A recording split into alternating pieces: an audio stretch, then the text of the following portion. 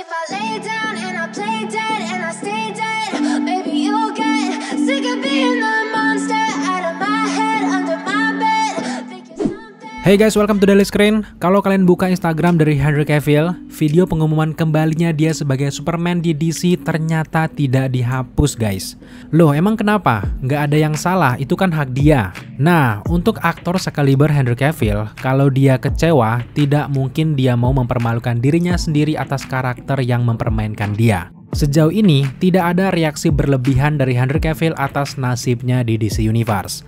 Adem ayem saja kelihatannya. Secara tidak langsung, Henry Cavill masih aman sebagai Superman di DC Universe era James Gunn. Sebelum diumumkannya Chapter 1 God and Monster, memang James Gunn sempat mengkonfirmasi kalau dia sudah bertemu dengan Henry Cavill dan menjelaskan bagaimana rencananya ke depan ke Henry Cavill. Setelah itu, yap, adem ayem saja. James Gunn yang sangat aktif melalui Twitternya ini sempat menjelaskan kalau dia juga sosok yang sangat ngefans dengan Superman versi Henry Cavill. Ia juga membuka peluang yang sebesar-besarnya untuk peran lain untuk Cavill di DC Universe era dia. Nah, dalam hal ini tentu saja di Chapter 1 Gods and Monster. Jadi berangkat dari komentar kalian soal tidak dihapusnya postingan kembalinya Henry Cavill inilah, kita akan memolesnya dengan sedikit percikan teori serta membahas origin story dari salah satu kelompok superhero yang sudah diumumkan oleh James Gunn. Yap, kita curiga film The Authority akan menjadi jalan masuknya Superman versi Henry Cavill di Chapter 1 Gods and Monster. Loh, kok bisa gitu bang? Kan universe-nya Superman era James Gunn ada di universe Reset yang ada The Flash, Shazam, dan yang lain-lain. Nah, menariknya, James Gunn tidak pernah membantah akan ada kolaborasi antara universe DC ini guys. Masih ada kemungkinan kalau James Gunn akan memperbaiki benang kusut timeline DC saat ini, yang awalnya seperti ini terpisah, lambat laun akan disatukan dengan berbagai momen. Faktanya, Superman di masa depan juga bisa melakukan perjalanan lintas universe, seperti yang terlihat di film animasi terbaru League of Superhero. Belum lagi, kalau kalian tarik mundur ke belakang lagi, series Waller masih diperankan oleh Viola Davis dengan artis yang sama, dengan wajah yang sama juga yang merekrut Suicide Squad lalu mengendalikan Justice League, maka benang merah dari universe ini mulai terlihat. Waller adalah sosok kunci penyatu di setiap universe di mana ia berada di masa lampau, juga masih eksis sekali di masa sekarang, dalam hal ini tentu saja di masa Justice League yang lama. Bisa saja di seriesnya nanti akan diceritakan kalau Amanda Waller yang masih muda masih meniti karir di pemerintahan. Ia melihat superhero yang banyak bermunculan, baik itu Superman muda yang hadir di film Superman Legacy nanti hingga ke film Batman versi James Gunn, maka Waller di awal karirnya akan menyusun para superhero yang belum teratur ini, dan ya, kita akan diceritakan bagaimana perjuangan Amanda Waller yang ada di era JSA, Justice League hingga ke The Authority. Tidakkah kalian penasaran kenapa di barisan project James Gunn yang sudah diumumkan tidak ada nama Justice League-nya? Karena Justice League sudah terbentuk di era sekarang. Yang ia bangun saat ini adalah pondasinya. Dengan adanya sosok Amanda Waller di berbagai generasi superhero, maka hadirnya series Waller memiliki arti yang sangat besar untuk menyatukan semua project DC yang masih tercerai-berai ini. Terkait dengan nasib dari Superman Henry Cavill, kita sangat berteori keras kalau dia akan masuk ke bagian film The Authority. Kenapa bisa begitu? Karena ada cerita panjang Superman dengan The Authority ini guys. Apalagi Superman yang sudah tua seperti yang ada di cover komik ini sangat cocok dengan penggambaran dari Henry Cavill. Kisah ini terbentuk saat Superman meminta bantuan ke Manchester Black merekrut tim The Authority. Karena pada saat itu, Superman benar-benar membutuhkan tim yang bisa dengan leluasa melanggar peraturan pemerintah dan bekerja secara tersembunyi untuk memberantas kejahatan. Fakta menariknya, sebelum James Gunn mengumumkan adanya film The Authority, komik terbaru Superman yang berjudul Superman and The Authority bagian 1 baru saja dirilis di 20 Juli 2021 dan masih berseliweran dijual saat ini. Nah, kalau kita melihat James Gunn akan menggarap film ini, maka jelas mereka tidak mau mengganggu Justice League yang sudah banyak fansnya dan sudah eksis. DC Studio hanya ingin menambahkan opsi cerita lain. Ada loh tim superhero sadis yang tersembunyi selama ini, dan mereka sudah membersihkan penjahat dengan cara yang jahat juga. Tim seperti The Authority inilah yang selalu dibutuhkan oleh tim superhero yang sudah terikat dengan otoritas dan peraturan pemerintah tentunya. Ketika cara baik-baik tidak bisa ditempuh, maka The Authority yang akan menangani. Cerita Superman dan juga Authority tampaknya akan segera terjadi dalam waktu dekat. Kalau kita melihat James Gunn menggarap Superman Legacy tidak lagi berputar-putar dengan origin story-nya, maka film The Authority juga bernasib sama. Film ini tentu akan menceritakan tim ini sudah terbentuk atau sudah eksis sejak lama, hanya saja belum diperkenalkan di layar lebar. Karena sejak awal video kita sudah banyak berbicara soal The Authority, sekarang mari kita kenalan dengan The Authority. The Authority adalah tim superhero yang terkenal sadis dan menyelesaikan misi mereka dengan cara apapun. Memulai debut komiknya di The Authority tahun 1999, kisahnya ditulis oleh Warren Ellis, artworknya ditulis oleh Brian Hitch, dan diterbitkan oleh Wildstorm yang didirikan oleh Jim Lee.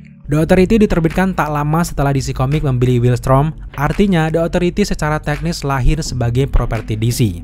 Meskipun demikian, Wildstorm tetap terpisah sebagai bagian dari DC Multiverse. Barulah dicerita reboot New 52 yang disebabkan oleh Flashpoint-nya The Flash, karakter Wildstorm benar-benar menjadi bagian dari DC Universe utama. The Authority terbentuk setelah tim bentukan dari Perserikatan Bangsa-Bangsa yang bernama Stormwatch dibubarkan. Setelah dibubarkan, beberapa anggota dari Stormwatch ini direkrut kembali ke tim bersama karakter baru juga dalam tim yang bernama The Authority. Kalau di dalam komik, sosok Janice Park lah yang merekrut mereka kembali karena khawatir sekali dengan kejahatan yang makin merajalela. Karena khawatir tersebutlah ia membentuk tim The Authority yang berada di bayang-bayang lalu bebas melakukan apa saja untuk memberantas kejahatan. Nah, kalau di DC Universe saat ini, kuat dugaan kita sosok Janice Park ini akan digantikan dengan Amanda Waller yang sudah eksis. Sekarang pasti kalian bertanya-tanya, siapa saja anggota dari The Authority? The Authority ini beranggotakan yang pertama ada Janice Park. Janice Park ini adalah seorang wanita yang bisa memanipulasi listrik. Dia juga dianggap sebagai semangat abad ke-20.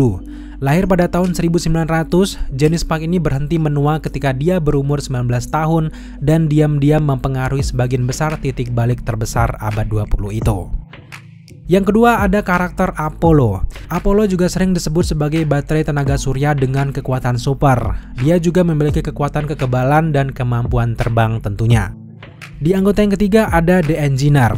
The Engineer adalah seorang wanita yang menanamkan dirinya dengan nanomesin dan akhirnya menyebabkan tubuhnya berubah menjadi logam cair. Karena uji coba tersebut, sekarang dia justru bisa berinteraksi dengan mesin apapun, mulai dari pemanggang roti hingga ke mesin besar sekalipun. Bahkan yang paling menarik adalah dia juga dapat mengubah bentuk dan menggunakan tubuh logam cairnya untuk membuat objek apapun yang dia bayangkan. Di member selanjutnya ada The Doctor. The Doctor adalah salah satu pengguna sihir terhebat di planet ini guys. Dia juga merupakan pencandu yang sedang memulihkan diri yang mencoba mengembalikan hidupnya. Anggota selanjutnya ada Swift. Swift adalah seorang wanita yang memiliki kemampuan untuk mewujudkan sayap dan juga cakar. Saat dia sedang terbang mengudara, maka kecepatan Swift ini bahkan lebih cepat dari kecepatan dari The Flash yang ada di bumi. Anggota yang selanjutnya ada Midnighter. Midnighter adalah seorang mantan prajurit dengan kemampuan yang ditingkatkan dan dia adalah anggota The Authority yang paling dikenal secara luas berkat seri self-title dan penampilannya di buku-buku komik seperti Nightwing. Midnighter dapat melihat bagaimana pertempuran yang akan terjadi bahkan sebelum pertempuran itu dimulai. Karena kemampuan itulah yang membuat Midnighter menjadi ahli taktik di tim The Authority. Kalau kita melihat dari tampilannya bisa dibilang dia ini adalah Batman tapi yang versi psikotiknya. Untuk anggota The Authority yang terakhir ada Jack Hawksmoor. Jack Hawksmoor adalah seorang pria yang diberi kemampuan aneh setelah penculikan alien dan dia melakukan percobaan terhadapnya. Setelah itu Jack memiliki kekuatan super dan kemampuan psikis yang memungkinkan dirinya membentuk hubungan simbiosis dengan kota manapun yang berhubungan dengan dirinya. Pada dasarnya The Authority ini berada di Wildstorm Universe. Pernah ada cerita komik menarik tepatnya terjadi di komik Captain Atom Armageddon pada tahun 2005. Captain Atom pada saat itu terjebak di Wildstorm Universe dan pada saat itu dia melihat The Authority beraksi. Secara spontan Captain Atom langsung ngeri dan jijik dengan kesadisan yang mereka lakukan. Dan tentu tim ini menikmati kesadisan mereka itu sendiri.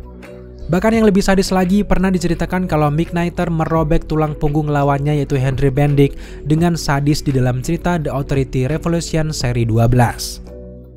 Di universe ini, The Authority tidak memiliki markas yang jelas, namun mereka sering bertemu di sebuah kapal yang mereka sebut sebagai The Carrier atau pengangkut. The Authority faktanya tidak berada di universe utama DC, namun dia adalah bagian dari cerita multiverse DC, di mana di event crossover DC Wildstorm yang berjudul Dream War diceritakan setelah peristiwa Flashpoint, The Authority dan juga orang-orang sejaman dengan Wildstorm semuanya berimigrasi ke DC Universe, dan tentu akhirnya menghasilkan beberapa kerjasama yang menyenangkan dan menarik untuk diikuti. Bahkan di cerita-cerita Stormworld yang baru diterbitkan, diceritakan bagaimana anggota The Authority seperti Apollo dan juga Midnighter ternyata bergabung dengan pahlawan DC klasik, salah satunya seperti Martian Manhunter. Pertanyaan kita sekarang adalah, apa artinya cerita Dream War ini dengan live action DC era sekarang?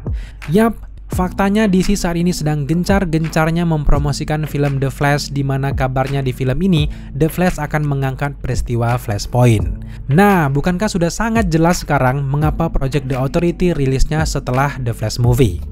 Karena Flashpoint di film The Flash lah yang mereka tunggu-tunggu agar The Authority bisa bergabung dengan DC Universe dan akhirnya akan bekerjasama dengan Justice League era sekarang. Yang paling cepat adalah bekerjasama dengan Superman Henry Cavill dalam gambaran Superman yang sudah tua dengan logo merah hitamnya ini.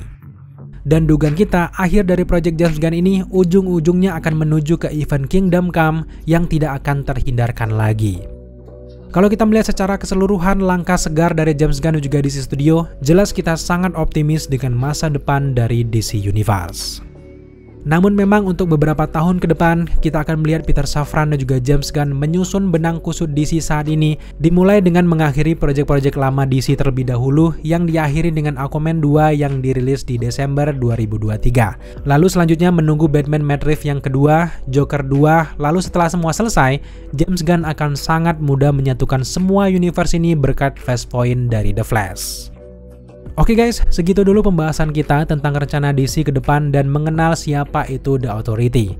Nantikan terus update selanjutnya tentang DC Universe dan dukung kita dengan cara subscribe, like, komen, dan share. Serta jangan lupa juga untuk nyalakan notifikasi agar kalian mengetahui apabila kita mengupload video setiap harinya. Thank you guys.